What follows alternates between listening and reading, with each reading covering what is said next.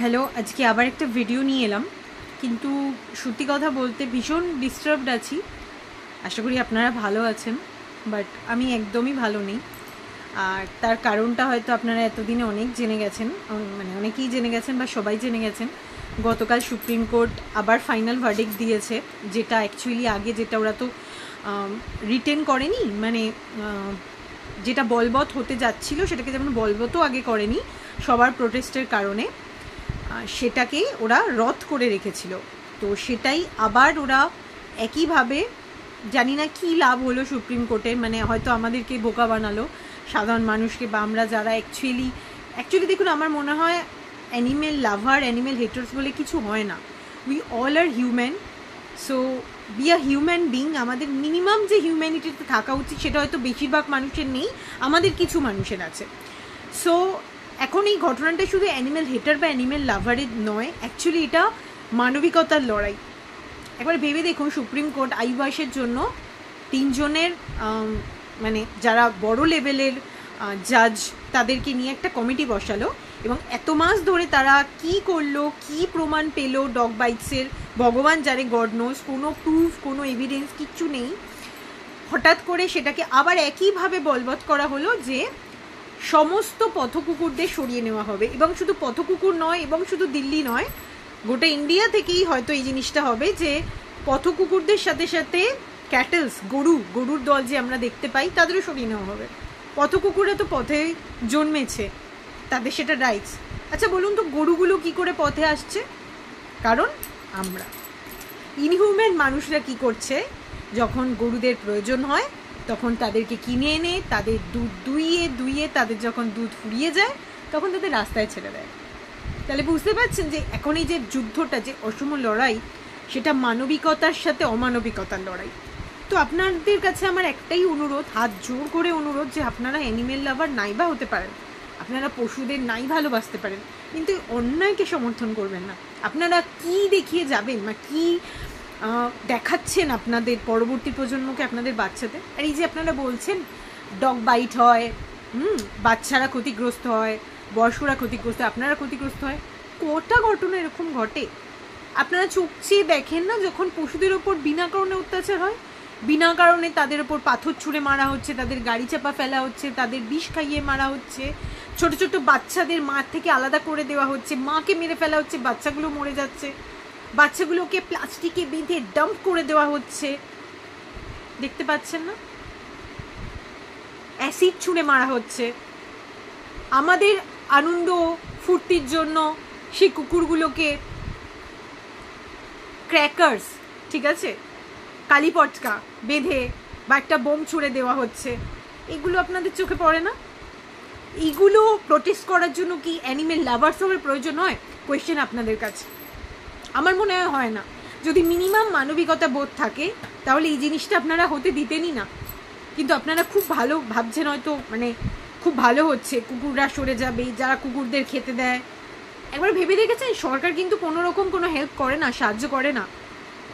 তাদের ভ্যাকসিনেশন, তাদের খাওয়ানো, তাদের নির্বীজকরণ, স্টেরিলাইজেশন, সব কিছু কিছু পাগল, আমাদের মতো পাগল মানুষ, বা আমি তো কিছুই করি না হয়তো, আমার থেকে অনেক ভালো আরও যারা কাজ করে, সে সমস্ত অ্যানিমেল অ্যাক্টিভিস্ট আছে, তারা নিজেদের পকেটের পয়সা খরচা করে, নিজেদের পরিশ্রমে প্রত্যেকটা বাচ্চার জন্য করে। কেন জানেন?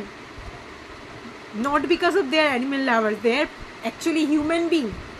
আর আপনারা যারা মনে করেন যে আপনারা অ্যানিমেল হেটার্স, আপনারা অ্যানিমেল হেটার্স নয়, আপনারা অমানুষ, ইনহিউম্যান। এত বড় বড় যে কমেন্ট করেন যারা করেন, একবারও ভেবে দেখছেন যে শেল্টার কোথায়? তাহলে শেল্টারে দেওয়া হবে, কুকুরগুলো ভালোই থাকবে, ওদের জন্য ভালো হবে। এই সমস্ত ফলস ইনফরমেশন ছড়ানো বন্ধ করুন। আপনাদের মূর্খামির পরিচয় এগুলো। কত বড় মিট ট্রেডিং হচ্ছে জানেন? বিদেশে তো যেসব দেশে মাংসের প্রয়োজন আছে, কুকুরের মাংস তো বিক্রি করার জন্য এই সমস্ত জিনিসগুলো হচ্ছে। রোহিণী তার প্রমাণ, দিল্লির রোহিণী শেল্টার। আমাদের কলকাতাতেও কিছু কম হয়নি, বেহালাতেও আপনারা দেখেছেন, আপনারা হয়তো সেই মাংস খেয়েওছেন। তাহলে আপনারা কি শুধু নিজেদের অ্যানিমেল হেটার্স বা নিউট্রাল বলে দাবি করতে পারেন? না, আপনারা ক্রিমিনাল, আপনারা ইনহিউম্যান।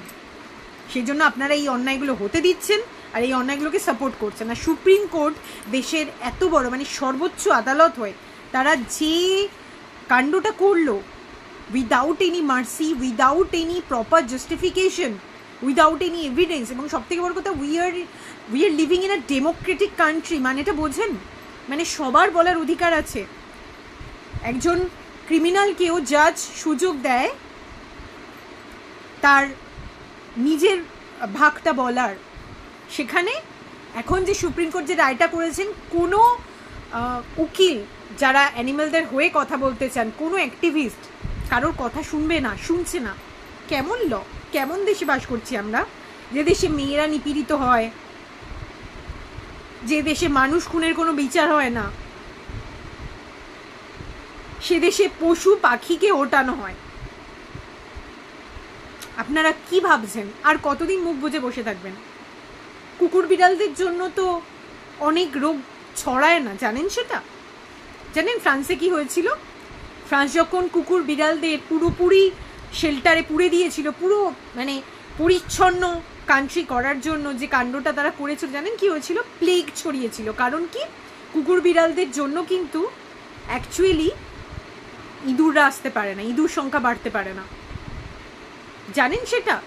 কারণ আপনারা মূর্খ, আপনাদের পড়াশুনো করার বা জানার বা এডুকেশনের মিনিমাম ব্যাকগ্রাউন্ড নেই। সেই জন্যই বলছি আপনারা অ্যানিমেল হেটার্স নন, আপনারা অমানুষ, ইনহিউম্যান। তো একটু মানবিকতা দেখান। এই মিথ্যে একটা মানে এভিডেন্স, মানে কোনো এভিডেন্স তো নেই, একটা মিথ্যেকে মনের মধ্যে চেপে রেখে যে হ্যাঁ ডগ বাইটের হাত থেকে আমরা বাঁচবো, কুকুর খেতে দিলে কুকুর পটি করবে, টয়লেট করবে। আচ্ছা, আপনারা যারা রাস্তায় টয়লেট করেন অসভ্যের মতো সবার সামনে, এক নম্বর তো public toilet is not a good জায়গা, যেখানে পে অ্যান্ড ইউজ, আমি বলছি না, পে অ্যান্ড ইউজ বাদ দিয়ে যেগুলো পাবলিক টয়লেট বানিয়ে দেওয়া হয় ওপেনলি টয়লেটের জন্য ছেলেদের, সেগুলোর তো নোংরা হয় না। আর এছাড়া তো প্রচুর মানুষ আছে যেখানে রাস্তাঘাটে যেখানে ফাঁক ফোকর পাচ্ছেন, ড্রেন নর্দমা পাচ্ছেন, একটু জঙ্গল পাচ্ছেন, করছেন, তাহলে সেখানে ক্লিন কিভাবে থাকছে? সেখানে আপনার শহর, আপনার দেশ পরিচ্ছন্ন থাকছে? যেখানে প্রচুর নোংরা ফেলে রেখেছেন, ওই নোংরাগুলোর জন্য জানেন কত গরু, কত কুকুর, কত পশু মারা যায়, কত মানুষের রেসপিরেটরি কষ্ট হয়, অ্যাস্থমা যাদের আছে। আমি নিজেই নিতে পারি না ওই গন্ধগুলো, এত কষ্ট হয়, আমার মাথা অন্ত নয়, আমার শরীর খারাপ লাগে। রাস্তায় অঢেল ফেলে রাখা ময়লা নোংরা, সেগুলো কুকুরের অল্প খেতে দিলে অল্প পটি, অল্প হিসু খুব ম্যাটার করে। তাহলে বলুন তো আমরা কেন ট্যাক্স পে করি? ওই যে বললাম এডুকেশনের অভাব। আপনাদের সত্যি কি এডুকেশন আছে? যারা আপনারা সাপোর্ট করছেন সুপ্রিম কোর্টের এই রায়কে, যারা মুখে কুলু মেটে রেখেছেন, একটু শিক্ষা দীক্ষার মিনিমাম দরকার হয়। আপনাদের তো কিছুই নেই, মানবিকতাও নেই। আর যারা এখনো পর্যন্ত আছেন, যাদের একটু হলেও মানবিকতা বোধ আছে, তাদের কাছে আমার বিনীত অনুরোধ, আমরা আবার পথে নামছি, কলকাতাতেও আমরা পথে নামছি, এবং আমরা আশা করব আপনারা সবাই থাকবেন। আমরা আশা করব আমাদের পশ্চিমবঙ্গ সরকার অন্তত এই বিষয়ে আমাদের পাশে থাকবে। অন্যান্য কিছুতেই তো আমরা তাদের পাই না, কোনো বিচার সুবিচার পাই না, কিন্তু এইটুকু আমি আশা করব যে অন্তত পশুদের জন্য, যখন এইটা আমরা শুনেছিলাম যে হ্যাঁ মিড ডে মিল শুধু বাচ্চাদের নয়, পশুদেরও খাওয়ানো হবে, স্কুলকে দায়িত্ব দেওয়া হবে, তাহলে এখন যখন সুপ্রিম কোর্ট এই রায়টা করেছে যে সমস্ত ইনস্টিটিউশনাল প্লেস, হসপিটাল, সেখানে শ্মশানঘাটও পড়ে, সেখানে স্কুল, কলেজ, অফিস, আদালত, রেলওয়ে স্টেশন, স্পোর্টস গ্রাউন্ড, সমস্ত জায়গা থেকে কুকুরদের সরানো হবে এবং গরুদেরও সরানো হবে। এইটার এগেনস্টে নিশ্চয়ই আমাদের পশ্চিমবঙ্গ সরকার নিশ্চয়ই প্রোটেস্ট করবে বা এটা নিশ্চয়ই বলবৎ হতে দেবে না, এইটুকু আশা রাখবো। আর সমস্ত মানুষের কাছে যাদের মনে এতটুকু মানবিকতা আছে, আমি তাদেরকে বলছি আপনারা পথে নামুন।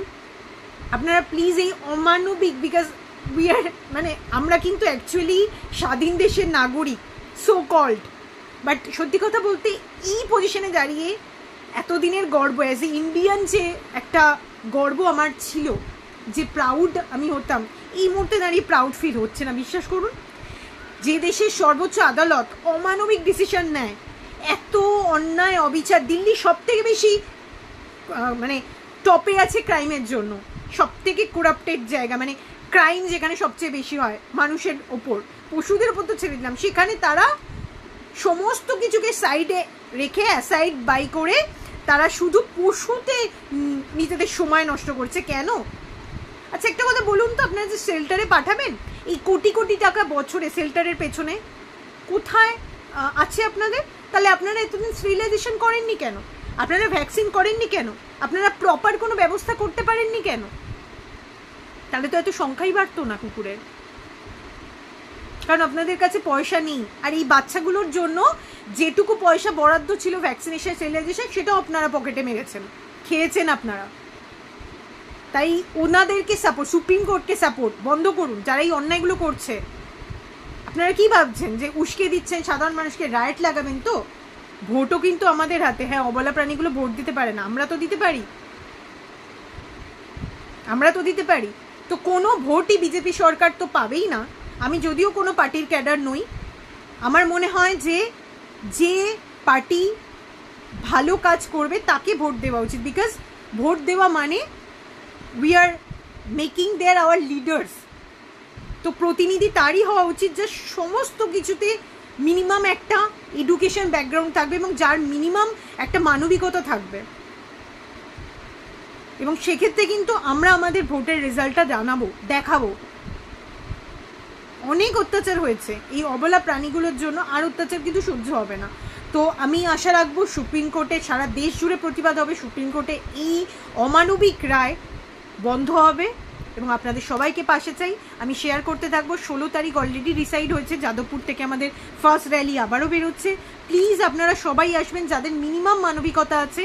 এছাড়াও উত্তরে মানে সেন্ট্রালে, নর্থে দুটো জায়গাতে আরও র্যালি হবে। আমি সমস্ত যখনই আমি ডিটেল পেতে থাকবো আপনাদের সাথে শেয়ার করতে থাকবো। কিন্তু এই রায় আমরা মানছি না, মানবো না। এবং শুধু যে এটা, আবারও বলবো, অ্যানিমেল লাভার্স বা অ্যানিমেল হেটার্সদের বিষয় নয়, এটা মানবিকতার ব্যাপার। ডেমোক্রেটিক কান্ট্রিতে এরকম হতে পারে না যে তুমি এক পক্ষর কথা না শুনেই তুমি অবলা প্রাণীগুলোর বিরুদ্ধে একটা ডিসিশন নিয়ে নিচ্ছ। সুপ্রিম কোর্টের কোনো মানে পাওয়ারের মিসইউজ যদি ওরা করে সেটা ওরা করতেই পারে, কিন্তু আমরা এটা হতে দেবো না। বিকজ ওদের কোনো রাইটস নেই এই কাজটা করার। সবাই ভালো থাকবেন, সাথে থাকবেন, আর পশুদের প্রতি একটু সহানুভূতি হবেন। আশা করি আপনাদের সন্তানরাও ভালো পৃথিবী পাবে। ধন্যবাদ।